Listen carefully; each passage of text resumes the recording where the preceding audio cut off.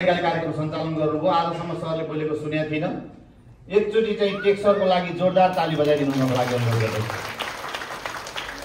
धेरै राम्रो।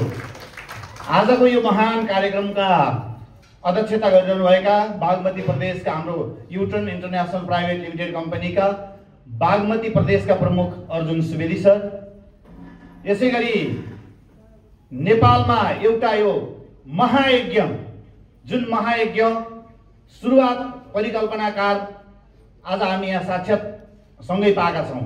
मलाई पनि अवसर हो यो। हाम्रो यो कम्पनीमा बलराम सुवेदी सरलाई अगाडि राखेर बोल्न मैले धेरै समय भएको थियो नपाएको। आज मैले आफूलाई गौरवान्वित महसुस गरेको छु। कम्पनीका अध्यक्ष आदरणीय बलराम सुवेदी सर, यसैगरी कम्पनीका 5 स्टार छुट्टो समयमा आफूलाई कम्पनीमा एकदमै तीव्र गतिमा बिजुलीको रफ्तारमा भन्छु मैले उहाँलाई हरेकचोटि भेट्दाखेरिमा पनि भनेको छु, वास्तवमा डाइरेक्ट सेलर भनेको तपाईँ रहेछ। तपाईँ आएपछि कम्पनीको पनि मुहारे फेरियो। हामी अलि कछुवाको गतिमा थियौँ, तपाईँ आएपछि एकदम खरायोको गतिमा गयो भन्ने गर्छु मैले।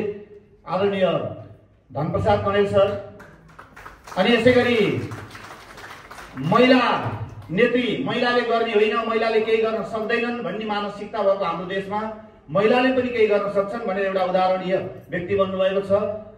4 स्टार कम्पनीको 4 स्टार छिट्टै 5 स्टार पुग्दै हुनुहुन्छ आदरणीय रुकु अधिकारी म्याम।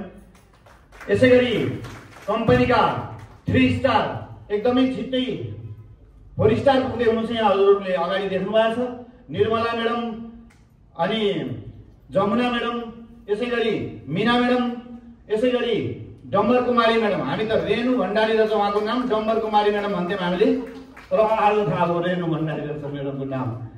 यहाँलाई बधाई पनि छ र यहाँहरू सबैप्रति मेरो अन्तर हृदयदेखि नै म सम्मान प्रकट गर्न चाहन्छु। यहाँहरू सबैलाई सम्मान छ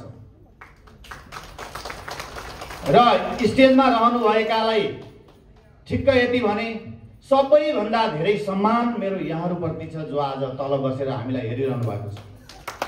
यहाँहरूप्रति उच्च सम्मान छ। मेरो नाम हरिचन्द्र पौडेल, पोखरा महानगरपालिका वडा नम्बर 33 मा जन्मिएको हुँ। कम्पनीको सुरुवाती दिन याद आउँछ आज यो हलभरी माहौल देख्दाखेरि। कम्पनीको सुरुवाती दिनमा Balram sir, Subhash sir, Arjun sir, तीनजनाले चाहिँ एउटा परिकल्पना गर्नुभयो। हामीले एउटा इतिहास रचौँ, मरेर गइसकेपछि पनि हाम्रा सन्तानहरूले, हाम्रा दोस्रो पुस्ता तेस्रो पुस्ताले पनि हामीले आज गरेको सुरुवात गरेको कामलाई चाहिँ सम्हालुन्। विदेश जाने जो लेबर भिसा लगाएर विदेश जानेको संख्या कम गरौँ, हस्पिटल जानेको संख्या कम गरौँ भनेर जुन दिन सरहरूले एउटा अवधारणा ल्याउनु भयो। अनि त्यसपछि 7 प्रदेशमा र 7 जना कम्पनीका 4 जना हामी 11 जना कुनै बेला धुलीखेलको इको रिसोर्टमा बसेर एउटा मिटिङ गरेका थियौँ आजभन्दा 4 वर्ष पहिला। त्यो मिटिङको याद आउँछ मलाई। सानो हल, थोरै मान्छे, कोरोना भर्खर अलिअलि खुलेको, लकडाउन भएर अलिअलि खुलेको, त्यो बेलामा हामी बसेर त्यहाँ अबको 5 वर्षभित्र, अबको 5 वर्ष पछाडि हामी यो हुनेवाला छौँ भनेर त्यहाँ मिसन भिजनहरू बनाउँदै गर्दा कता होला र, हुन्छ होला र, सम्भव होला र, त्यो सकिएला र जस्तो म आफैलाई पनि लाग्थ्यो। तर आज 5औं स्थापना दिवस अस्ति भर्खरै मनाउँदै गर्दा काठमाडौँको प्रज्ञा भवनमा नेपालका मन्त्रीहरूले, वरिष्ठ पत्रकारज्यूहरूले, त्यहाँ आएर प्रतिष्ठित व्यक्तित्वहरूले हामीलाई शुभकामना दिँदै गर्दा, बधाई दिँदै गर्दा, तपाईँहरूले बडा राम्रो काम गर्नुभएको रहेछ, हाम्रो तर्फबाट के गर्नु पर्यो भन्नुहोस्, हामी तयार छौँ भन्दै गर्दा हामीले गाउँतिर भन्छौँ नि, असाध्यै खुसी भएको बेलामा हड्डी हाँसेको भन्छौँ नि, हो त्यसरी हड्डी हाँसिरहेको थियो हाम्रो। हामीलाई गिज्याउनेहरू, हामीलाई यी फुच्चेहरूले चियापत्ती बेचेर हिँडेका छन्, साबुन बेचेर हिँडेका छन्, स्याम्पू बेचेर हिँडेका छन् भनेर खिसी गर्नेहरू, गिज्याउनेहरूले सायदै त्यो भिडियो हेरेर कता के भइराख्यो होला जस्तो लाग्थ्यो हामीलाई अस्ति भर्खरै। आजको यो कार्यक्रममा यहाँ स्वागत गर्ने क्रममा निर्मला म्याडमले भन्नुभयो, म त उहाँ त यति धेरै बोल्न जान्नु होला भन्ने लागेकै थिएन, बोलेको सुनेको पनि थिइनँ। बडा राम्रोसँग मिलाएर बोल्नु हुँदो रहेछ, म्याडमलाई पनि सम्मान छ। उहाँले भन्नुभयो हलमा मान्छे थोरै भयो भनेर। कहाँ मान्छे थोरै भएको छ र हजुर? यहाँ जो आउनु भएको छ ती सबैले बुझेर गइदिए हुन्थ्यो भन्ने मेरो एकदमै दिलदेखि चाहना छ। बुझेर गइदिए हुन्थ्यो, सुनिदिए हुन्थ्यो, राम्ररी मनले लिइदिए हुन्थ्यो के हुँदो रहेछ युटर्नमा, के भएको रहेछ युटर्नमा भनेर।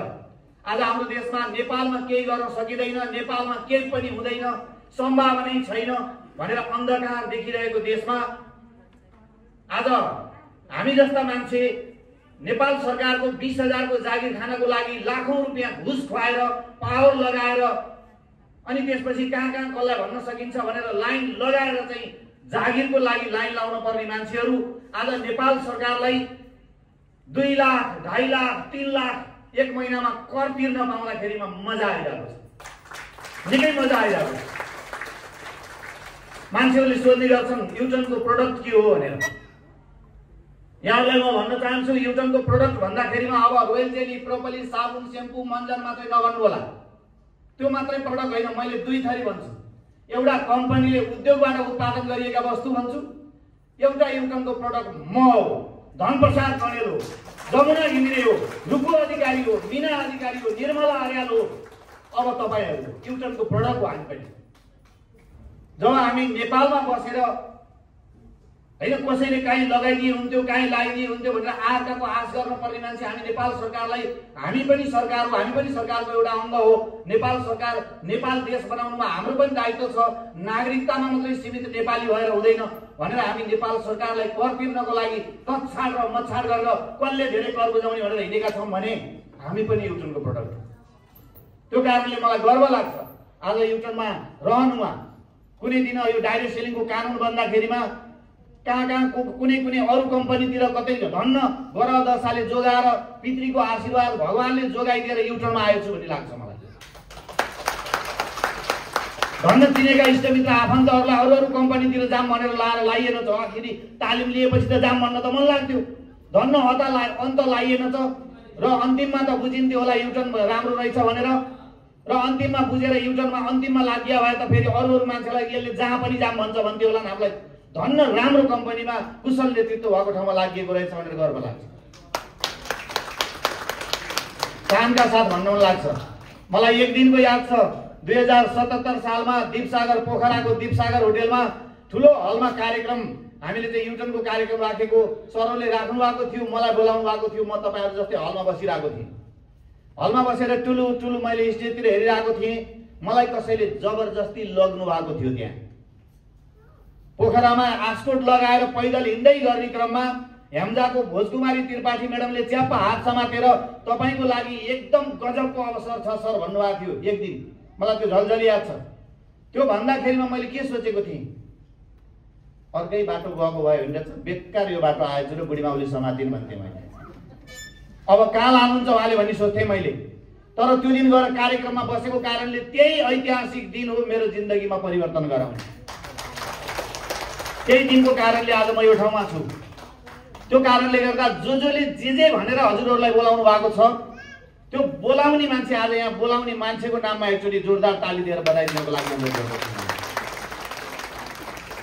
किनभने आज तपाईँ के सुन्दै हुनुहुन्छ, आज तपाईँ के देख्दै हुनुहुन्छ, के सुन्दै हुनुहुन्छ, संसारका नाम भएका र दाम भएका मान्छेले रजाई गरेको पैसा जो कोहीले पनि खान पाउने प्लेटफर्म एउटा चाहिँ नेपाल सरकारले ढोका खोलिदिएको छ, कानुनले ढोका खोलेको छ। तपाईँ हामीले सोच्छौँ सुरुमा हामीले जाँदाखेरिमा यिनीहरू त बेच्न आएका रहेछन्, यिनले बेच्ने हामीले किन्ने होला भन्ने सोच्छौँ। जसले किन्यो त्यही मालिक हो। यहाँ त्यो कुरो राम्ररी बुझिदिनको लागि अनुरोध गर्दछु। आजसम्मको व्यापारमा जसले बेच्यो त्यो व्यापारी, जसले किन्यो त्यो ग्राहक हो। तर यो डाइरेक्ट सेलिङमा जसले सामान किन्छ त्यही मालिक हो। सामान किन्दा पसल उपहार हो। त्यही चाहिँ मन्जनले दाँत मोलेको कारणले, त्यही साबुनले नुहाएको कारणले आज म यो ठाउँमा छु। त्यो कारणले पनि यहाँलाई गम्भीर बनेर सुनिदिनु हुनको लागि अनुरोध गर्दछु। म धेरै कुरा गर्दिनँ।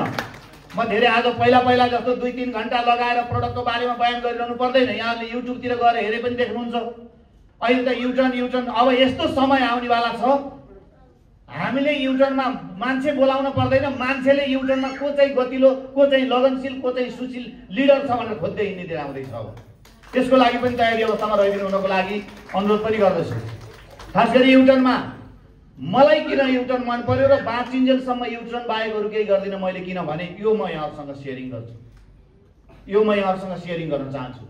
आज देशभरि हिँड्दाखेरिमा चाहिँ एक दिन पनि घर बसेका छैनौँ हामी, एक दिन पनि घरमा बसेका छैनौँ, परिवारसँग बिदा मागेका छौँ। किनभने हेर बाबु नानी हो, हेर श्रीमती, तिमीलाई पाल्नु, तिमीलाई हुर्काउनु, तिमीलाई स्याहार सुसार गर्नु त मेरो दायित्व छँदैछ।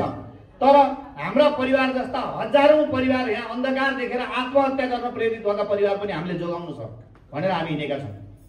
त्यो कारणले गर्दा पनि भोक लागेको छैन, थकाइ लागेको छैन। हिजो हेटौँडामा कार्यक्रम थियो, राति मिटिङ गरेर बिहान पनि मिटिङ गरेर म बिहान हतार यता आइपुगेँ। गाडी चार्ज गर्न भनेर राखेको ठाउँमा जे छ त्यही खाएर पेट भरेर हिँडिरहेका छौँ हामी।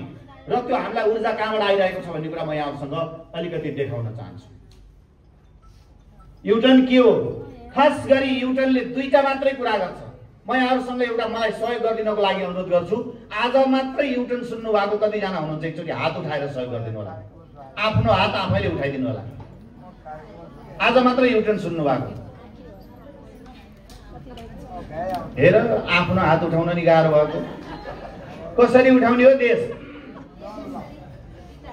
धेरै धन्यवाद। यो अलिअलि उठाउने फेरि बिस्तारै